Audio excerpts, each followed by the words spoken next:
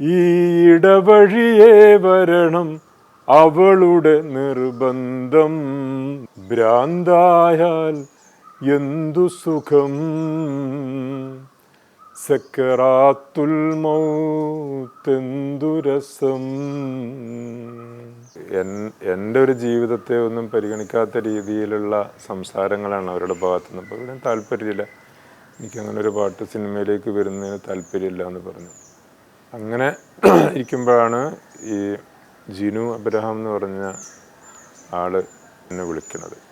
ഒരു അച്ഛനും മകനും തമ്മിലുള്ള തീവ്രമായ പ്രണയബന്ധത്തിൻ്റെ ഒരു സ്റ്റോറി, ഒരു ഇഷ്ടത്തിൻ്റെ ഒരു സ്റ്റോറി ഇപ്പം അദ്ദേഹം ചെയ്തുകൊണ്ടിരിക്കുന്നു. അത് ഖലീഫ എന്ന് പറഞ്ഞ ചിത്രത്തിന് വേണ്ടിയിട്ടുള്ളതാണ്. ഭ്രാന്തായാൽ എന്തു സുഖം എന്ന പേരുള്ള പാട്ടിപ്പോൾ സാമൂഹ്യ മാധ്യമങ്ങൾ വൈറലാണ്.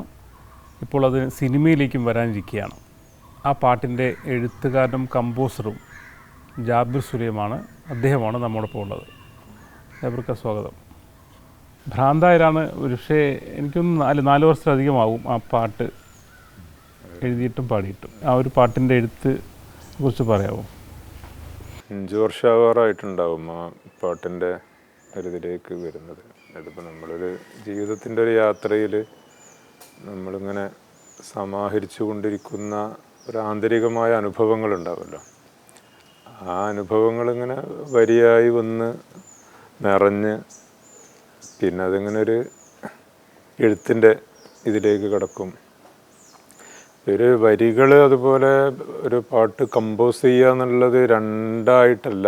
എനിക്ക് എല്ലാ എഴുത്തുകാരുടെയും അങ്ങനെ തന്നെ ആയിരിക്കും എന്നാണ് എനിക്ക് തോന്നുന്നത്. വരികൾ വരുന്നതിൻ്റെ കൂടെ തന്നെ അതിന് ഉചിതമായ ഒരു ഈണവും അതിൻ്റെ കൂടെ ഉണ്ടാവും.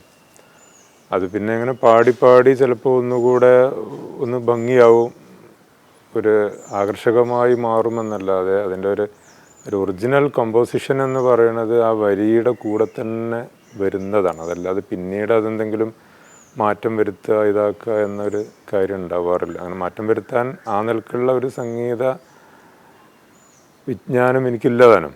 അങ്ങനെ ഒരു പഠിച്ച ഒരു ജ്ഞാനമല്ല, കാര്യങ്ങളെക്കുറിച്ചിട്ടുള്ള ഒരു ധാരണ മാത്രമാണ് അതിലുള്ളത്. സംഗീതത്തിനെ കുറിച്ചിട്ടുള്ള ഭ്രാന്ത് എന്ന് പറയുന്നത് ഏതൊരാൾക്കും ഒരു പാഷൻ ഉണ്ടാവും. ഏതൊരു കാര്യത്തിലാണെങ്കിലും അവർ അതിൽ ആ വിധം ലയിച്ചുകൊണ്ട് അത് ചെയ്യുമ്പം അതൊരാനന്ദമാണ്.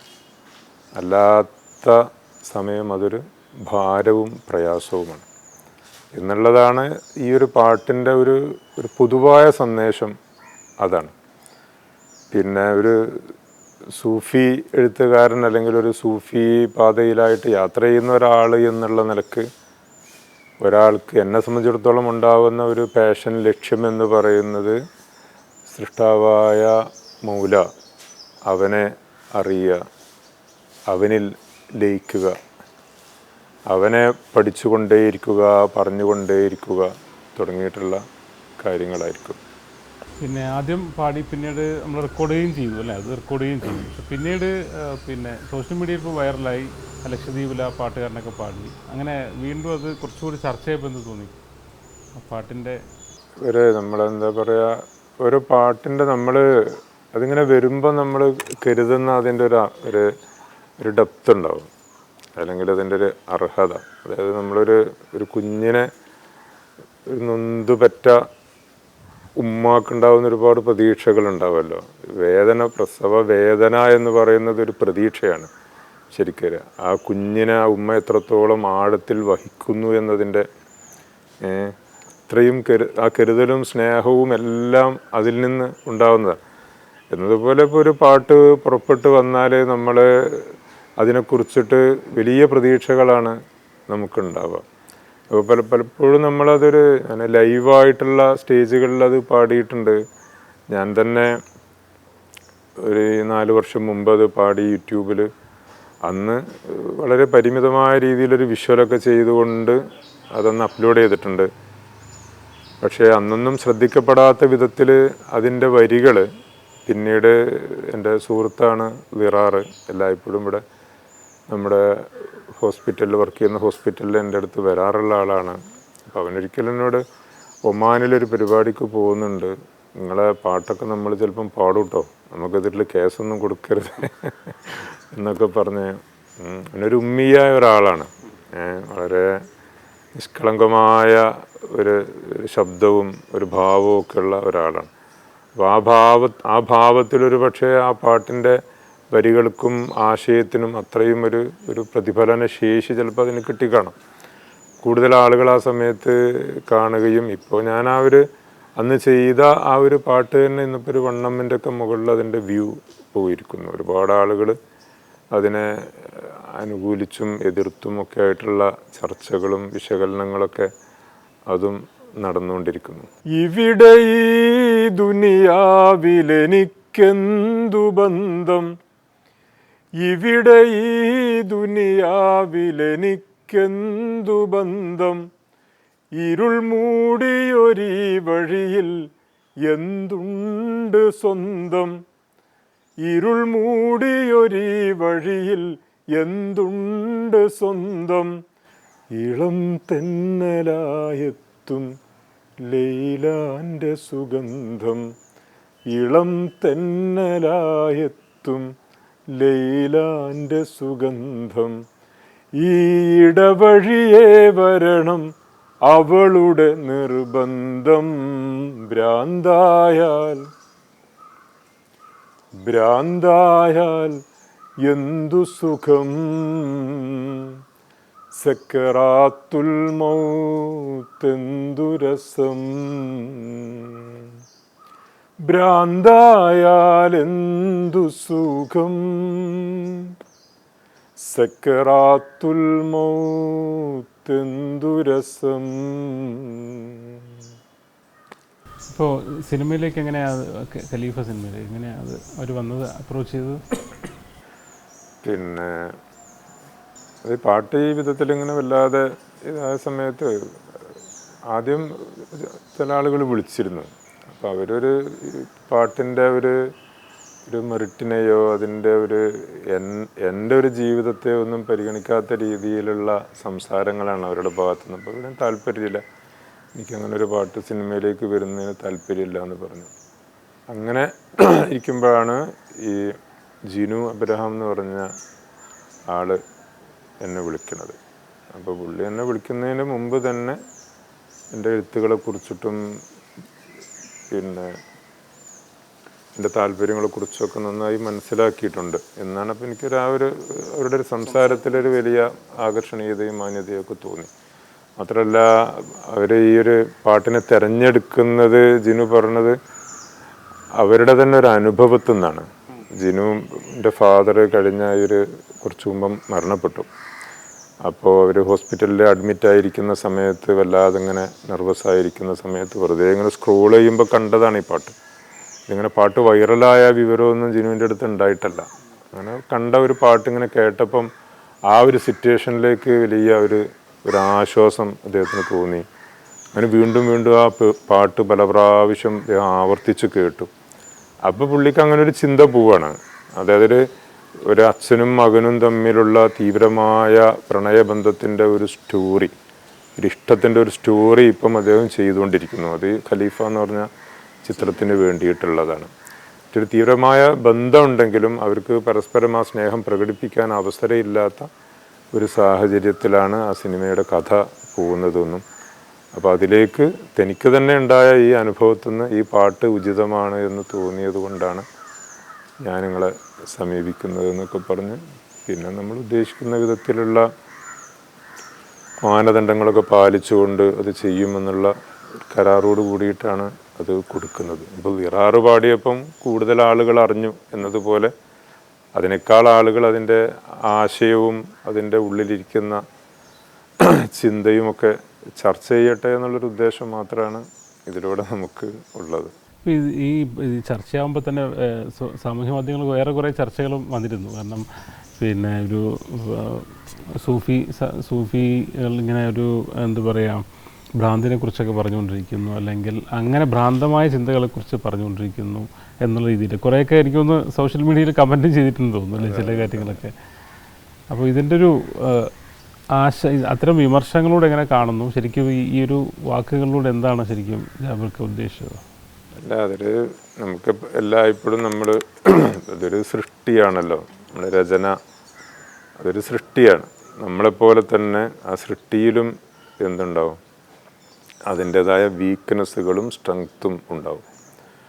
അപ്പോൾ അതില്ലാത്ത ഒരു സൃഷ്ടിയും ഉണ്ടാവില്ല എന്നതുപോലെ ഞാൻ പറഞ്ഞതിപ്പോൾ ഒരു എല്ലാ ആളുകൾക്കും തൃപ്തിപ്പെടാൻ പറ്റിയ വിധത്തിലുള്ള ഒരു കമ്മ്യൂണിക്കേഷനിൽ ഞാൻ പരാജയപ്പെട്ടു എന്ന് അതിനെക്കുറിച്ചിട്ട് ഞാൻ മനസ്സിലാക്കണം, അതല്ലാതെ വേറെ എന്താ. അതേസമയം ഒരുപാട് ആളുകൾക്ക് ഒരുപക്ഷെ ജാതി മത ഭേദമന്യേ എത്രയോ ആളുകൾ ഈ പാട്ട് കേട്ടിട്ട് എന്നെ സന്തോഷം അറിയിച്ചിട്ടുണ്ട്. അതിലൊരു പിന്നെ എല്ലാ മുസ്ലിം ഇതിൽ തന്നെയുള്ള എല്ലാ വിഭാഗങ്ങളിലുള്ള ആളുകൾ ഉണ്ട്, ഇതര മത സമുദായങ്ങളിലുള്ളവരുണ്ട്. എത്രത്തോളം എന്ന് വെച്ച് കഴിഞ്ഞാൽ ഞാൻ എക്സ് മുസ്ലിമാണ് എന്ന് പറഞ്ഞുകൊണ്ട് എന്നെ വിളിക്കുകയും എന്നെ വന്ന് കാണുകയും ഈ പാട്ട് അവരിൽ വലിയ ഒരു സന്തോഷമുണ്ടാക്കി എന്നൊക്കെ പറഞ്ഞുകൊണ്ടുള്ള അനുഭവങ്ങളൊക്കെ ഉണ്ടായിട്ടുണ്ട്. അപ്പോൾ ഇതിൽ എന്നതുപോലെ തന്നെ അതിൻ്റെ ഒരു പരിമിതി ആയിരിക്കും, ചില ആളുകൾക്ക് അതിനെ ആ വിധത്തിൽ ഉൾക്കൊള്ളാൻ സാധിച്ചില്ല എന്നുള്ളത്. അത് എല്ലാ കാര്യങ്ങളെയും അങ്ങനെ തൃപ്തിപ്പെടുത്താൻ പറ്റിക്കൊള്ളണം എന്നുണ്ടാവില്ല. വിരക്തി ആഘോഷിക്കപ്പെടുന്നു, അല്ലെങ്കിൽ വിരക്തി അത്തരം പിന്നെ കാര്യങ്ങളെ പാട്ടുകളുടെ അങ്ങനെ ഒരു വിരക്തി എന്നല്ല. ഇപ്പം ഭ്രാന്ത് എന്ന് പറയുന്നത് ഒരു ലയനമാണ്. ഇപ്പം നമ്മൾ വളരെ ലളിതമായി പറഞ്ഞാൽ, ഞാൻ ഇന്നലെ കഴിഞ്ഞ ദിവസം ഒരു പ്രോഗ്രാമിന് പോയി തിരിച്ച് ഇറങ്ങി. അപ്പം ആ പ്രോഗ്രാമിൽ ഞാൻ ഒരു സ്കൂളിലെ ഒരു പ്രോഗ്രാമിൻ്റെ ഉദ്ഘാടനം അത് കഴിഞ്ഞ് തിരിച്ചിറങ്ങിയപ്പം ഒരു കൊച്ചുകുട്ടി എൻ്റെ അടുത്ത് ഓടി വന്നിട്ട്, അപ്പോൾ അവിടെ പ്രോഗ്രാം നടക്കുന്നതിൻ്റെ വലിയ ശബ്ദമുണ്ട്, ഞാനിത് കേൾക്കുന്നില്ല എന്താണ് കുട്ടി ചോദിക്കുന്നതെന്ന്. അപ്പോൾ ഞാൻ എൻ്റെ ചെവി അടുത്ത് വെച്ച് കൊടുത്തപ്പോൾ കുട്ടി പറയുന്നത്, ഭ്രാന്തായാലെന്നുള്ള പാട്ട് തെറ്റല്ലേ, എന്തിനാണ് നിങ്ങളത് പാടുന്നത് എന്നാണ് കുട്ടി ചോദിക്കുന്നത്. അപ്പോൾ ഞാൻ ആ കുട്ടിയെ അങ്ങോട്ട് ചേർത്ത് പിടിച്ച്, അപ്പോൾ നമുക്കൊരു ഇഷ്ടം തോന്നി. ആ കുട്ടി ആരോ പറയുന്നത് കേട്ട് എന്തോ പറയുന്നു. അപ്പോൾ ഞാൻ പറഞ്ഞു കുട്ടീനോട്, മോളെ എന്നെക്കുറിച്ചിട്ട് ഉമ്മച്ചി പറയാറില്ലേ കളിയുടെ ഭ്രാന്താണെന്ന് പറയാറില്ലേ, കുട്ടികൾക്ക് ഫുട്ബോളിൻ്റെ ഭ്രാന്താണ് എന്ന് പറയാറില്ലേ, എന്നതുപോലെ ഉള്ള ഒരു ഭ്രാന്ത് ആണ്. നമ്മളൊരു കവിതയെ മനസ്സിലാക്കുമ്പം കവിതകളുടെ ഭാഷയെക്കുറിച്ചും പ്രയോഗത്തിനെ കുറിച്ചിട്ടും ഒരറിവ് അതിനാവശ്യമാണല്ലോ. പാട്ടുകളെ എനിക്ക് തോന്നുന്നത് രണ്ട് വിധത്തിലുള്ള പ്രതിഫലനത്തിന് വേണ്ടിയിട്ട് വരുന്നു എന്നാണ് ഞാൻ മനസ്സിലാക്കിയിട്ടുള്ളത്. ഒന്ന് നമ്മുടെ ആന്തരികത്തോട് സംസാരിക്കുന്നതായിട്ടും ഒന്ന് പുറത്തോട് സംസാരിക്കുന്നതായിട്ടും. അപ്പോൾ അതിലിപ്പോൾ ഈ ഭ്രാന്തായാൽ എന്നുള്ള പാട്ട്, അതുപോലെ നോമ്പ് പാട്ട്, ഹജ്ജ് പാട്ട് പോലെയുള്ള കാര്യങ്ങളൊക്കെ ഈ ആരാധനയിലൂടെ അല്ലെങ്കിൽ മതപരമായ നിഷ്ഠയിലൂടെ അല്ലെങ്കിൽ മതം ഒരാളെ തൻ്റെ ദൈവവുമായിട്ടുള്ള അടുപ്പത്തിൻ്റെ ലയനത്തിലൂടെ ഒക്കെ നമ്മളെ കൊണ്ടുപോകുന്നതിൻ്റെ ഒരു ആത്മീയമായ തലങ്ങളെക്കുറിച്ചിട്ട് പറയുന്നതാണ്. എന്നാൽ ഇതേ ചിന്തയിൽ തന്നെയാണ് ഇപ്പോൾ നമ്മുടെ ഈ CAA NRC സമരം വന്ന സമയത്ത് എനിക്ക് പാട്ടുകൾ വന്നിട്ടുണ്ട്. ഫലസ്തീൻ വിഷയത്തിൽ ഞാൻ 2 പാട്ടുകൾ ഞാൻ ചെയ്തിട്ടുണ്ട്. അപ്പോൾ മൂന്നാമത്തെ ഒരു പാട്ട് ഞാൻ ചെയ്തുകൊണ്ടിരിക്കുന്നുണ്ട്. അപ്പം അതൊക്കെ എന്താണ്, നമ്മൾക്ക് തന്നെ ജനിച്ചു വീഴുന്ന കാര്യങ്ങളാണ്. ചില ആളുകൾ ചോദിക്കും, എന്നോട് ചോദിക്കാറുണ്ട്, നിങ്ങൾ എങ്ങനെയാണ് ഇങ്ങനെ ഈ സാമൂഹ്യ വിഷയങ്ങളെ കുറിച്ചിട്ട് എഴുതുന്ന, നിങ്ങളൊരു ഒറിജിനൽ സൂഫി തന്നെയാണോ എന്ന് ചോദിക്കും. നമ്മൾ അങ്ങനെ ഒരു സൂഫിയെന്നോ സൂഫി അല്ലാത്തവനെന്നോ അല്ലെങ്കിൽ മറ്റെന്തെങ്കിലും കാഴ്ചപ്പാടുകാരനെന്നോ ഒന്നും നമുക്ക് അറിയൂല. നമ്മൾ ജീവിതത്തെക്കുറിച്ചിട്ടുള്ള ഒരു മനസ്സിലാക്കലിലൂടെ സഞ്ചരിച്ചു പോകുന്ന ഒരാൾ എന്നേ എന്നെക്കുറിച്ചിട്ട് ഞാൻ മനസ്സിലാക്കിയിട്ടുള്ളൂ. അപ്പോൾ അതിലിതുപോലെ ഇങ്ങനെയുള്ള പാട്ടുകൾ എഴുതുന്ന സമയത്ത് അതല്ലാത്ത അത്, പക്ഷേ അതങ്ങനെ ഒരു പൊതുവായൊരു കാര്യം എന്നല്ല കേട്ടോ. വളരെ ചുരുക്കം ആളുകൾ ചില വിമർശനങ്ങളൊക്കെ പറയാറുണ്ട്. ഗാസയെ 2 വരികളിലൊന്ന് പറയാമോ ഗാസയെക്കുറിച്ച്? അതെ അതെ. അപ്പം അതിൽ നമ്മൾ ഈ പ്രാവശ്യം സ്റ്റേറ്റ് യുവജനോത്സവത്തിൽ ഒരു കണ്ണുകെട്ടി കോൽക്കളി കളിച്ചിരുന്നല്ലോ കുട്ടികൾ. അപ്പോൾ അവർ പാടിയിരുന്ന ആ പാട്ടിൽ 2 പാട്ടുകൾ എൻ്റെ പാട്ടുകളാണ്. ഒരു കുഞ്ഞുമോളുടെ ചിതറിയ ചിരിവാരി മലക്കുകൾ റബ്ബിൻ്റെ മുമ്പിൽ വന്നു. ഒരു കുഞ്ഞുമോളുടെ ചിതറിയ ചിരിവാരി മലക്കുകൾ റബ്ബിൻ്റെ മുമ്പിൽ വന്നു. അരുവികളൊഴുകുന്ന ആരാമങ്ങൾ തോറും അവളെയും കൊണ്ടവർ നടന്നു. ഇനി എന്തു വേണമെന്നാരാഞ്ഞപ്പോൾ അവളുടെ കണ്ണുകൾ ഭൂമിയിലേക്കു താണു. ഗസയിൽ തന്നെ പോയി പാർക്കണം ഇനിയും, ഷഹീദായി മടങ്ങേണമെന്ന വണ്ണം. പാട്ടായി കാത്തിരിക്കേണ്ട നീ എന്നെ, ഞാൻ പടയായി പുറപ്പെട്ടു മുന്നേ. പകലിരവില്ലാതെ ക്രൂരത പെയ്യും ഫലസ്തീനിലേക്കായി തന്നെ. വാക്കുകളീണം ശ്രവിക്കാൻ നിൽക്കാതെ തോക്കായി ഗമിക്കുന്നുവന്നേ. കവിതയോ കവചിത വ്യൂഹം തകർത്താടും വീര്യത്തിൻ ഗാഥയാകുന്നേ. പൗരത്വ പ്രക്ഷോഭകാലത്തും എഴുതിയിരുന്നു. അന്നത്തെ പാട്ടുകൾ എന്ന് പറയുന്നത് ആ സമയത്തുള്ള ഇവരുടെ നമ്മുടെ ഊരാളി ബാൻഡുകാർ ചെയ്തൊരു പാട്ടുണ്ടായിരുന്നു. ആ ഒരു ഈണത്തിൽ ചെറിയൊരു വ്യത്യാസത്തോട് കൂടിയിട്ടുള്ള ഒരു പാട്ട്. അന്നത് യൂട്യൂബിലൊക്കെ എന്ന് പറഞ്ഞാൽ വളരെ ലിമിറ്റഡായൊരു ഇതോട് കൂടിയിട്ട് ചെയ്തതായിരുന്നു പാട്ടിൻ്റെ ഓഡിയോ. ആ പാട്ടിൻ്റെ ഓഡിയോ എന്നത് ഒരുപാട് കേൾക്കപ്പെടുകയും അതുപോലെ തന്നെ മറ്റു മീഡിയകളിൽ അത് ആരൊക്കെയോ ഡൗൺലോഡ് ചെയ്തിട്ട് ആ സമയത്ത് അത് ഒരു ഇതായിട്ട് പോരുന്നതാണ് പാട്ടിന്. നമ്മുടെ നോമ്പിനെ കുറിച്ചുള്ള പാട്ടുകൾ ശരി ആ സമയത്ത് കഴിഞ്ഞ വർഷമാണ് റെക്കോർഡ് ചെയ്തത് അല്ലേ? അല്ല, 2 വർഷം മുമ്പേ ഉള്ള കഴിഞ്ഞതിൻ്റെ മുമ്പത്തെ നോമ്പിനാണ് നോമ്പ് പാട്ട് ചെയ്യുന്നത്. അപ്പം അതിൽ പിന്നെ അന്നത് എൻ്റെ പാട്ടുകളിൽ ആദ്യമായിട്ട് ഏറ്റവും കൂടുതൽ വ്യൂവും ശ്രദ്ധയും കിട്ടുന്ന പാട്ട് നോമ്പ് പാട്ടാണ്.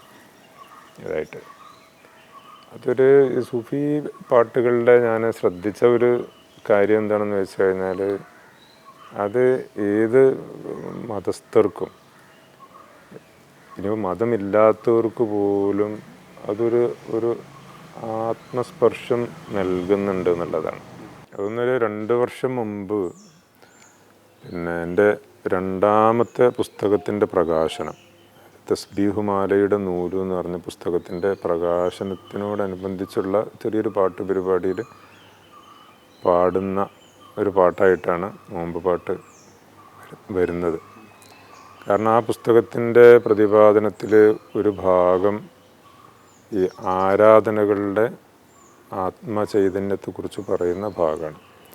അതിപ്പോൾ നമ്മൾ നോമ്പെടുക്കുമ്പം ആ നോമ്പ് ആർക്ക് വേണ്ടിയാണോ നമ്മൾ എടുക്കുന്നത് അവനുമായിട്ടുള്ള എന്ത് ബന്ധമാണ് ഈ നോമ്പിലൂടെ നമ്മൾ ആചരിക്കുന്നത് എന്നതാണ് ഈ നോമ്പ് പാട്ടിൻ്റെ ഉള്ളടക്കം. അതാണ് ആ പുസ്തകത്തിൻ്റെ ഒരു പ്രതിപാദന, അത് തന്നെയാണ്. ഒരു നാളും ഒന്നും തിന്നാത്തവനോടൊപ്പം നോമ്പ് പിടിക്ക്, ഒരു നാളും ഒന്നും തിന്നാത്തവനോടൊപ്പം നോമ്പ് പിടിക്ക്, ഒന്നായി കൂടെയെങ്കിലും അവനെ 2 തന്നെ ഓർക്ക്, 15 നേരം അവനോട് കൊഞ്ചി, 15 നേരം അവനോട് കൊഞ്ചി അഴകോടെ നിസ്കരിക്ക്, നോമ്പെടുത്തും തിന്നാൻ പറ്റണ വിഭവങ്ങൾ കണ്ടുക്ക, നിസ്കാരപ്പായേൽ കിട്ടണ തേൻ മധുരം കഴിച്ചുക്ക, സ്വതക്കാത്ത് കൊടുത്താൽ കൂടണ മൊഞ്ചഴകിൽ നടന്നിക്ക, കലിമത്ത് ലോകത്ത് തൗഹീദിൻ രുചി അതിലെല്ലാം അറിഞ്ഞിക്കാ, നോമ്പെടുത്തും തിന്നാൻ പറ്റണ വിഭവങ്ങൾ കണ്ടുക്കാ, നിസ്കാരപ്പായേൽ കിട്ടണ തേൻ മധുരം കഴിച്ചിക്കാ. ഈ പാട്ട് കുട്ടികളാണ് ഏറ്റെടുത്തത്. നമ്മൾ വലിയ ആളുകളോടുള്ള ഒരാശയം പറഞ്ഞ്, പക്ഷെ അതിൽ കുട്ടികൾ ഏറ്റെടുത്തിട്ട് ഇപ്പോൾ കുട്ടികൾ ഏതെങ്കിലും വഴിക്ക് പോകുമ്പോഴൊക്കെ തന്നെ കാണുമ്പോൾ ഈ പാട്ടാണ് പാടുക. ഹജ്ജ് ചെയ്ത ആൾക്കാരോ അല്ലെങ്കിൽ ഹജ്ജിന് പോകാൻ പോകുന്ന ആൾക്കാരൊക്കെ ആ പാട്ട് കേട്ട് വിളിച്ചിട്ടുണ്ടോ ആരെങ്കിലും? ഓ തീർച്ചയായിട്ടും. ഹജ്ജ് പാട്ട് അത് ചെയ്യുന്നത് ഇങ്ങനെയാണ്. അതിൻ്റെ ഒരു ഹജ്ജ് പാട്ട് എന്നുള്ളത് മറ്റേ എന്താ പറയുക, ഞാനൊരു നെയ്യത്ത് വെച്ച് എഴുതിയൊരു പാട്ടാണ്. നോമ്പ് പാട്ട് ഇറങ്ങി അപ്പോൾ ആളുകൾ ഇങ്ങനെ അതിനെക്കുറിച്ചിട്ടുള്ള ഒരുപാട്, അത് എന്താണ് അതിൻ്റെ ഉള്ളിലുള്ളതെന്ന് വിശദീകരിക്കണം എന്നൊക്കെ പറഞ്ഞ് ഒരുപാട് കമൻറ്റുകളുണ്ടായിരുന്നു. ആ സമയത്താണ് ഞാൻ പിന്നെ, അപ്പോൾ നമ്മുടെ മനസ്സിലതുണ്ടല്ലോ, ആളുകളുടെ ഒരു ആവശ്യമുണ്ട്. അപ്പോൾ അതിന് നോമ്പ് പാട്ടിൽ ഒരു ഇല്ലായിക എന്ന ഇല്ലം വിട്ട് ഇങ്ങോട്ട് വന്നതല്ലേ, ഇല്ലല്ല എന്ന ഇഷ്കിൻ എണ്ണയിൽ എരിയുന്ന ദീപമല്ലേ എന്നൊക്കെയുള്ള വരികളുണ്ട്. അപ്പോൾ ആ 2 വരികളുടെ ഒരു വിവരണം എന്നുള്ള നിലക്കാണ് കഥയില്ലാത്തോനെ എന്ന പാട്ട് വരുന്നത്. കഥയില്ലാത്തോനെ എന്ന് പറയുന്നത് ഈ പടപ്പിനെ കുറിച്ചാണ്, സൃഷ്ടിയെക്കുറിച്ചാണ്. സ്വന്തമായി ഒരു കഥയും ഇല്ലാതിരുന്നവൻ, എന്നാൽ പറയപ്പെട്ട കഥകളെല്ലാം അവനെക്കുറിച്ചായി തീർന്നവൻ. അവനിപ്പോൾ കഥകളുണ്ട്, യഥേഷ്ടം കഥകളുണ്ട്. അവനെപ്പറ്റിയുള്ള കഥയാണ് ഈ പടപ്പാകുന്ന ഈ ആലം മുഴുവനും അവനെപ്പറ്റി പറയാൻ വേണ്ടി കൊണ്ടുവന്നതാണ് എന്നുള്ളതാണ്. അപ്പോൾ പിന്നെ അത് കഴിഞ്ഞ് ഒരു നോമ്പ് പാട്ട് ഇറങ്ങിയ തൊട്ടടുത്ത മാസം തന്നെ ഈ കഥയില്ലാത്തവനെ എന്നുള്ള പാട്ട് വരുന്നുണ്ട്. അത് കഴിഞ്ഞ് ആണ് പിന്നെ ഹജ്ജിൻ്റെ മാസമാണല്ലോ. അപ്പോൾ ആ സമയത്തേക്ക് ഞാനിങ്ങനെ ഒരു ഹജ്ജിൻ്റെ ഒരു പാട്ട് എൻ്റെ മനസ്സിൽ അങ്ങനെ വന്ന്, അങ്ങനെ ആ പാട്ട് പൂർത്തിയാക്കാൻ വേണ്ടിയിട്ട് ആ പാട്ടിൻ്റെ വരികൾ ഞാനൊന്ന് പാടാം. ഇതുവരെ റിലീസായിട്ടില്ല ആ വന്ന പാട്ട്. മക്കം കിനാവ് കണ്ട് മദീന കൽബിൽ പുരണ്ട്, ഹജ്ജിൻ്റെ യാത്രയിൽ ഞാൻ എത്രയോ നാളായുണ്ട്. കൊതി കൂട്ടി വച്ച് വിധി കൂട്ടുമവനെന്നുറച്ച്, കൊതി കൂട്ടി വച്ച് വിധി കൂട്ടുമവനെന്നുറച്ച്, കൽബകം കഅബം ചുറ്റി തൊവാഫിലേറെയായി ഞാൻ. കൽബകം, എൻ്റെ കൽബ് കഅബയെ തവാഫ് ചെയ്തുകൊണ്ടേയിരിക്കണം, അത്രയും മോഹത്തിലാണ് ഞാൻ ഇരിക്കുന്നത്. അങ്ങനെ ഒരു പാട്ട്. പക്ഷേ അതിൻ്റെ അങ്ങോട്ടേക്ക് ആ വരികൾ നീങ്ങുന്നേയില്ല. അപ്പോൾ ഇതിങ്ങനെ ഈ വരികളായിട്ട് അങ്ങനെ നടക്കുന്നതിനിടയിലാണ് പെട്ടെന്ന് നമ്മളിപ്പോൾ കഴിഞ്ഞ നേരത്തെ റിലീസായ ഹജ്ജ് പാട്ടിൻ്റെ വരികൾ അങ്ങ് വരുന്നത് ഇതായിട്ട്. അപ്പോൾ ആദ്യം ആ പാട്ട് വരികൾ വന്ന സമയത്ത് ഞാൻ ചിന്തിച്ചു, അതൊരു ബൈക്ക് എന്നൊക്കെയാണല്ലോ പറയണത്. ലബ്ബൈക്ക് എന്ന് പറയുന്ന, ലബ്ബൈക്ക് എന്ന് ആളുകൾ വളരെ പരിശുദ്ധമായി ഓർക്കുന്ന ഒരു വാക്കിനെ ഒരു ബൈക്കായിട്ട് ചേർത്ത് പറയുമ്പോൾ എന്താവും ഇതിൻ്റെ ഒരു മതവിധി എന്നുള്ളൊരു പേടി എനിക്ക് നന്നായിട്ടുണ്ട്. പക്ഷേ ആ പാട്ട് എന്നെ വിട്ടില്ല, അതങ്ങനെ വരും തന്നെ. എൻ്റെ യാത്രയിലാണ് ഈ പാട്ടുകളൊക്കെ കൂടുതലും വരിക. വാഹനം പിടിച്ചിങ്ങനെ ഒറ്റയ്ക്ക് പോകുന്ന സമയത്ത് അങ്ങനെ ആ പാട്ട് വന്ന് ഇതിനെ കീഴ്പ്പെടുത്തി. അത് വന്നതോ വരി പിന്നെ തുടരെ വന്നുകൊണ്ടേയിരിക്കുക. അങ്ങനെയാണ് ആ വരി പൂർത്തിയാവുന്നതും. അപ്പോൾ ഹജ്ജിനെ കുറിച്ച് ഉണ്ടാകുന്ന ഒരു സംഗതി ഇങ്ങനെയാണ്. അതിൻ്റെ ആ വരികളുടെ വരവ് എവിടെ നിന്നാണെന്നറിയാം. ഞാനൊരിക്കൽ പ്രോഗ്രാമിന് പോയി. അപ്പോൾ അതിന് തൊട്ടടുത്ത് എൻ്റെ ഒരുപാട് സുഹൃത്തുക്കളുണ്ട്. ഞാൻ അവരെ ആരെയും അറിയിച്ചില്ല, അവരാരും വന്നതുമില്ല. അങ്ങനെ ഞാൻ പിരിഞ്ഞു പോരാൻ സമയത്ത് അവരെ വിളിച്ചിട്ട് പറഞ്ഞു ഞാനിവിടെ ഒരു പ്രോഗ്രാമിന് വന്ന് മടങ്ങാണ്. അപ്പോൾ അവർ പറഞ്ഞു ജാബിർക്ക് വരുന്നത് ഞങ്ങൾ അറിഞ്ഞിരുന്നു, പക്ഷെ ഞങ്ങളോട് പറയാത്തത് കൊണ്ടാണ് വരാത്തത്. അപ്പോൾ ഞാൻ ചോദിച്ചു, പറയാതെ വരേണ്ട ഒരു ബന്ധം നമ്മൾ തമ്മിൽ, ഒരു അടുപ്പം നമ്മൾ തമ്മിലുണ്ടോ? എന്തിനാ? അപ്പം അങ്ങനെ ആ ഒരു ഇതിൽ നിന്നാണ് എന്തിനാണെന്ന് ഒരു കാര്യത്തിന് എന്നെ ഒരാൾ വിളിക്കുന്നു, അപ്പോൾ എന്തിനാണ് എന്നെ വിളിക്കുന്നതെന്ന് ചോദിക്കാത്ത ചില ബന്ധങ്ങളുണ്ടാവും നമുക്ക്. വിളിച്ചാൽ മതി ഞാൻ പോവും എന്നതുപോലുള്ളൊരു വിളിയാണ് ഹജ്ജിൻ്റെത് എന്നാണ്. ഹജ്ജ് ചെയ്താലൊന്നും കിട്ടൂല, അല്ലാനെ കിട്ടും. അഹദവൻ്റെ ആതിഥ്യത്തിൽ ആറാടാൻ പറ്റും.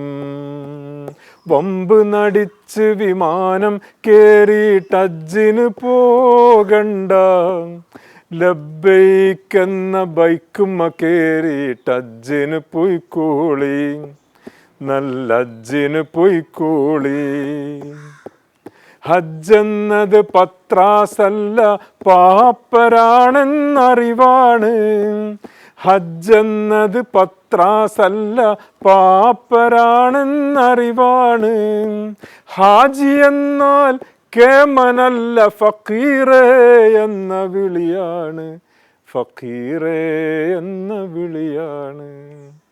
പാട്ടും ഈ പറച്ചിൽ എങ്ങനെ വരുന്നത് നമുക്ക് എന്ന് വെച്ചാൽ പാട്ടിലൂടെ കാര്യങ്ങൾ പറയാൻ തീരുമാനിക്കുന്നതോ അങ്ങനെയൊന്നുമില്ല? അത് ആദ്യമേ ഇല്ല, അങ്ങനെ തീരുമാനങ്ങളല്ല. അതായത് പാട്ടുകാരൻ എന്ന് പറഞ്ഞ ഒരു വേഷത്തിൽ ഞാൻ ഒരിക്കലും ഉണ്ടായിട്ടില്ല. കാരണം ഞാനൊരു പാട്ടുകാരനല്ല. പാട്ട് പാടുക എന്നുള്ളത് അങ്ങനെ ഒരു റോൾ എനിക്കില്ല. പിന്നെ നേരത്തെ തന്നെ ഞാൻ ആദ്യ സമയത്തൊക്കെ SIOയുടെ ഇതിലൊക്കെ സംവേദന വേദി ഇതിലൊക്കെ ഉണ്ടായിരുന്ന കാലത്തൊക്കെ നാടകങ്ങളാണ്, തെരുവ് നാടകങ്ങളും അങ്ങനെയുള്ള കാര്യങ്ങളിലൊക്കെയാണ് ഉണ്ടായിരുന്നത്. അന്നും അതിലൊക്കെ പാട്ടുകളൊക്കെ ഉണ്ടാവും. ആ പാട്ടുകൾ എഴുതുകയും പാടുകയും മറ്റുള്ളവരെ കൊണ്ടത് പാടിക്കുകയും ഒക്കെ ചെയ്യും. ശേഷം ഇതിൻ്റെ പാട്ട് ആൽബങ്ങൾ ചെയ്തിട്ടുണ്ട്. ഇപ്പോൾ UK അബൂ സഹലയുടെ പാട്ടുകളെ അതിൻ്റെ തനത് ഈണത്തിൽ തന്നെ പാടണം എന്നുള്ള നിർബന്ധ ബുദ്ധിക്കാരനായിരുന്നു അന്ന് ഞാൻ. അപ്പോൾ അതിൻ്റെ SIOയുടെ ആ പാട്ട് കാസറ്റുകളുടെ പണികൾ ചെയ്തുകൊണ്ടിരിക്കുമ്പം അതിൻ്റെ മുമ്പ് പാടിയ പാട്ടുകളിലൊക്കെ ചിലതിലൊക്കെ ഈണമൊക്കെ വ്യത്യാസമൊക്കെ വരുത്തി പാടിയതൊക്കെ ആ തനത് ഈണം എന്താണ് എന്നുള്ളത് അന്വേഷിച്ച് കണ്ടെത്തി അതിൽ തന്നെ പാടിച്ചുകൊണ്ടുള്ള ചില വർക്കുകൾ നമ്മൾ ചെയ്തിട്ടുണ്ട് അന്ന്. പിന്നെ അതിന് ശേഷം പിന്നെ സ്വന്തം നിലക്ക് തന്നെ ഈ സംഗീതം ചെയ്യുക എന്നുള്ള ഒരു പണി ഈ SIOയിൽ പ്രവർത്തിച്ചുകൊണ്ടിരിക്കുന്ന കാലത്ത് ഒരു നിയോഗം പോലെ എൻ്റെ തലയിൽ വന്നു വീണ ഒരു പണിയാണ്. അന്നാണ് സത്യത്തിൽ ഇങ്ങനെ ഒരു കാര്യം എനിക്ക് കഴിയും എന്നുള്ളത് തന്നെ ഞാൻ അറിയുന്നത്. അതിനു മുമ്പ് അങ്ങനെ അറിയില്ല. കമ്പോസിങ് എന്ന് പറയുന്ന കാര്യം അതെങ്ങനെയാണെന്ന് വെച്ച് കഴിഞ്ഞാൽ നമ്മൾ തന്നെ അന്ന് നമ്മുടെ ആ കൂട്ടായ്മയിലുള്ളവർ തന്നെ എഴുതുകയും നമ്മൾ തന്നെ സംവിധാനം ചെയ്യുകയും മ്യൂസിക് കൊടുക്കുകയും കഴിയുന്നതും നമ്മുടെ കൂട്ടുകാരായിട്ടുള്ള ആളുകൾ തന്നെ പാടുകയും ചെയ്യണം എന്നുള്ള നിലക്കുള്ള ഒരു തീരുമാനം ഉണ്ടായി. അപ്പോൾ തീരുമാനം ഉണ്ടായപ്പം എഴുതാൻ ആളുണ്ട്, പാടാനും ആളുകളുണ്ടാവും, കമ്പോസ് ചെയ്യാൻ ആരുമില്ല. അപ്പോൾ അന്ന് നമ്മുടെ ഷൂറയിൽ ഇപ്പോഴത്തെ അമീറായിട്ടുള്ള P മുജീബ് റഹ്മാൻ സാഹിബുണ്ട്. മുജീബ് സാഹിബ് പറഞ്ഞു അത് ജാബിർ ഭായ് ചെയ്യുന്നതാണ്. അപ്പോൾ ആ പറഞ്ഞ ഒരു വാക്കിൽ നമ്മൾ ഈ വരികളായിട്ട് ജമീൽ അഹമ്മദ് വരികൾ എഴുതി, ഞാൻ ആ വരികളായിട്ട് അങ്ങനെ നടന്ന് അങ്ങനെ ആദ്യമായിട്ട് ഞാൻ കമ്പോസ് ചെയ്യുന്ന പാട്ട് കണ്ണാലല്ല അകക്കണ്ണിൻ്റെ എന്നുള്ള പാട്ടാണ്. ആദം കുട്ടികൾക്കായുള്ള അറിവിൻ്റെ പാട്ടുകൾ എന്നുള്ള പേരിലുള്ള ആൽബം. അതിൽ വേറെ ഒരുപാട് പാട്ടുകളുണ്ട്, എന്നാലും ഈ കണ്ണാലല്ല അകക്കണ്ണിൻ്റെ എന്നുള്ള പാട്ടാണ് കൂടുതൽ ശ്രദ്ധേയമായിട്ട് ഒരുപാട് ആളുകൾ പാടുകയും ഇപ്പോഴും ഇങ്ങനെ ലൈവായി നിൽക്കുകയും ചെയ്യുന്ന പാട്ട്. അതിന് ശേഷമാണ് അള്ളാഹുവിന് സ്തുതിയുടെ പാട്ടുകൾ എന്നുള്ള പേരിൽ ഞാനും ജമീലും കൂടെ ചേർന്നുകൊണ്ടുള്ള, അതിലൊന്നും ഞാൻ പാട്ടുകാരനല്ല, ഞാൻ ഈ വരികൾ കമ്പോസ് ചെയ്യുകയും ട്രാക്ക് പാടുകയും എന്നിട്ട് ആ ട്രാക്കിൽ മറ്റുള്ളവരെ കൊണ്ട് പാടിക്കുകയും ചെയ്യും എന്നുള്ളതായിരുന്നു. അത് ആ ട്രാക്ക് വേറെ ആരും പാടാത്തത് കൊണ്ട് അതങ്ങനെ അവശേഷിച്ചു എന്നുള്ളതാണ്. അല്ലാതെ ഒരു പാട്ടുകാരൻ എന്നുള്ള നിലക്കുള്ള ഒരു ഐഡൻറ്റിറ്റി ശരിക്ക് പിന്നീട് വരുന്നത് സമ എന്നുള്ള ഒരു ആൽബം ഞാൻ ചെയ്തിരുന്നു. അതെൻ്റെ ഭാര്യ സൗമ ഹമീദ് വരികൾ എഴുതിയിട്ട് ഞാൻ കമ്പോസ് ചെയ്ത പാട്ട്. അതിൽ 2 പാട്ടുകൾ ഞാൻ പാടിയതുണ്ട്. അതിലാണ് പിന്നെ ഒരു പാട്ട് പാടുക എന്നുള്ള നിലക്കുള്ള ഒരു ഇതിൽ വരുന്നത്. ശേഷവും പിന്നെ ഒരു അവസാനമായി ചെയ്യുന്ന ആൽബമാണ് ഇപ്പോഴും ഞാൻ തുടർന്നുകൊണ്ടിരിക്കുന്ന അവസാനമായി ഞാൻ ചെയ്ത ആൽബമാണ് ഫക്കീർനാമ എന്നുള്ള. ഫക്കീർനാമ എന്ന് പറഞ്ഞാൽ എന്താണ്, ഓൾ അബൌട്ട് ദ ഫക്കീർ എന്നുള്ള മീനിങ്ങിൽ.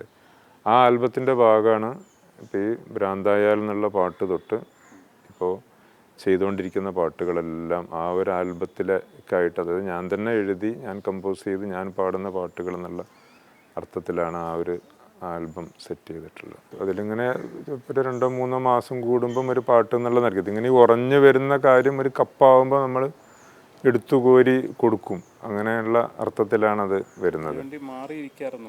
ഇല്ല, അങ്ങനെ ഇരുന്നിട്ട് കാര്യമില്ല. അതിങ്ങനെ നമ്മളിങ്ങനെ ഒരിടത്തേക്ക് നമ്മളിങ്ങനെ എപ്പോഴും, പക്ഷെ അവിടെ എപ്പം ഒരു അനക്കം കണ്ടാലും നമ്മളത് അറിയും. അവിടെ ഒരു കിനിച്ചിൽ, കിനിയുക നമ്മൾ പറയല്ലോ, നമ്മൾ കിനിയുക. ഈ കിനിയുക എന്നുള്ള വാക്കിനെ കുറിച്ചിട്ട് ഞാൻ പറയും. ഇപ്പം കുൻ എന്നൊരു കൽപ്പന അപ്പുറത്തുന്നുണ്ട്. കുൻ എന്നാണ് അവൻ്റെ കൽപ്പന. അപ്പം നമുക്ക് അത് ലഭിക്കുക എന്ന് പറഞ്ഞൊരു സംഗതിക്കാണ് കിൻ എന്ന് പറഞ്ഞ ഒരു സംഗതി. കിനിയുക എന്നുള്ള വാക്കിന് അങ്ങനെ ഇത് വെച്ചുകൊണ്ടുള്ളൊരു പാട്ട് ഇപ്പോൾ പുതുതായിട്ട് റിലീസ് ആവാനിരിക്കുന്നുണ്ട്. കുൻ ഫയക്കുൻ എന്ന മധുരം എന്ന് പറഞ്ഞ ഇപ്പോൾ വരാനിരിക്കുന്ന ഒരു ആൽബം അതാണ്. ശരിക്കും ജാബിർ സുലൈം ഇപ്പോൾ പിന്നെ എന്താണ് ജോലിയായിട്ട് ബൈ പ്രൊഫഷൻ എന്താണ് നിങ്ങൾ? പ്രൊഫഷനായിട്ട് ഇപ്പോൾ ഉള്ളത് കോഴിക്കോട് ഇക്ര ഹോസ്പിറ്റലിൽ പർച്ചേസ് മാനേജറാണ്, അഡ്മിനിസ്ട്രേഷൻ്റെ ഭാഗമാണ്. അതോടൊപ്പം അവിടുത്തെ ലബോറട്ടറിയുടെ ചാർജുണ്ട്. ലബോറട്ടറിയുടെ ചാർജിൻ്റെ കാരണം ഞാൻ അക്കാഡമിക്കലി മൈക്രോബയോളജിസ്റ്റാണ്. അപ്പോൾ ആ നിലക്കുള്ള ലബോറട്ടറിയുടെ ഉത്തരവാദിത്വം കൂടെ ഉണ്ട്. ഇതിൻ്റെ ഈ വിഷ്വലൈസേഷനും മറ്റുമൊക്കെ പ്രത്യേക സംവിധാനം വല്ലതും ഉണ്ടോ? ഇല്ല, അങ്ങനൊരു കൂട്ടുകാരായിട്ടുള്ള ആരെയെങ്കിലുമൊക്കെ സംഘടിപ്പിച്ചിട്ട്, പിന്നെ എൻ്റെ ഒരു ധാരണ ഉണ്ടാവും. അതുപോലെ തന്നെ ചിലതൊക്കെ ഈ ക്യാമറ ചെയ്യാൻ വരുന്ന ആളുടെ അതിൽ നന്നായി എന്നെ ഒരു പ്രത്യേകം എടുത്തു പറയേണ്ട പേരുകൾ എന്ന് പറഞ്ഞത് ഒന്ന് ഉമർ നസീഫ് അലിയുടെ കോഴിക്കോടുള്ള ഒരു കൂട്ടുകാരനാണ്. അവരാണ് നോമ്പ് പാട്ട് ചെയ്തത്, അവനാണ് ചെയ്തത്. അപ്പോൾ അതിൻ്റെ ഒരു പ്ലാനും എഡിറ്റിങ്ങും അതിൻ്റെ ഐഡിയാസൊക്കെ.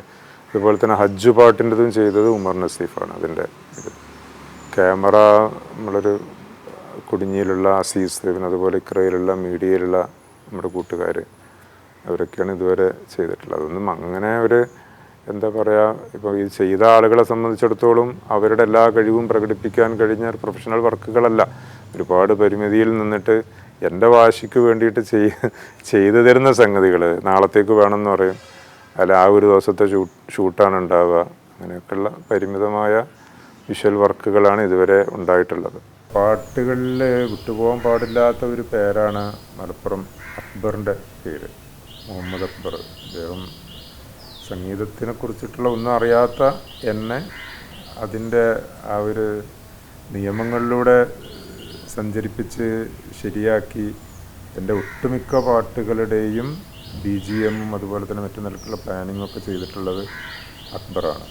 അതുപോലെ നോമ്പ് പാട്ട്, ഹജ്ജ് പാട്ട് പോലെയുള്ളതിലെല്ലാം റസാക്ക് നന്നായി, അദ്ദേഹം ഇപ്പം അതിൽ ഹാർമോണിയം വായിച്ചത് അദ്ദേഹമാണ്. നോമ്പ് പാട്ടിൽ അഡീഷണൽ വോക്കലിസ്റ്റായിട്ട് റാസയുണ്ട്. അപ്പോൾ ഇങ്ങനെയൊക്കെയുള്ള സൗഹൃദങ്ങൾ ഈ ഒരു വർക്കിനെ ആളുകളിലേക്ക് കൂടുതൽ എത്തിക്കുന്നതിനും അതിൻ്റെ മികവ് വർദ്ധിപ്പിക്കുന്നതിനൊക്കെ നന്നായി സഹായിച്ചിട്ടുണ്ട്. എന്തായാലും കൂടുതൽ പാട്ടുകൾ വരട്ടെ, ആളുകൾക്ക് അനുഭവങ്ങൾ ഉണ്ടാവട്ടെ.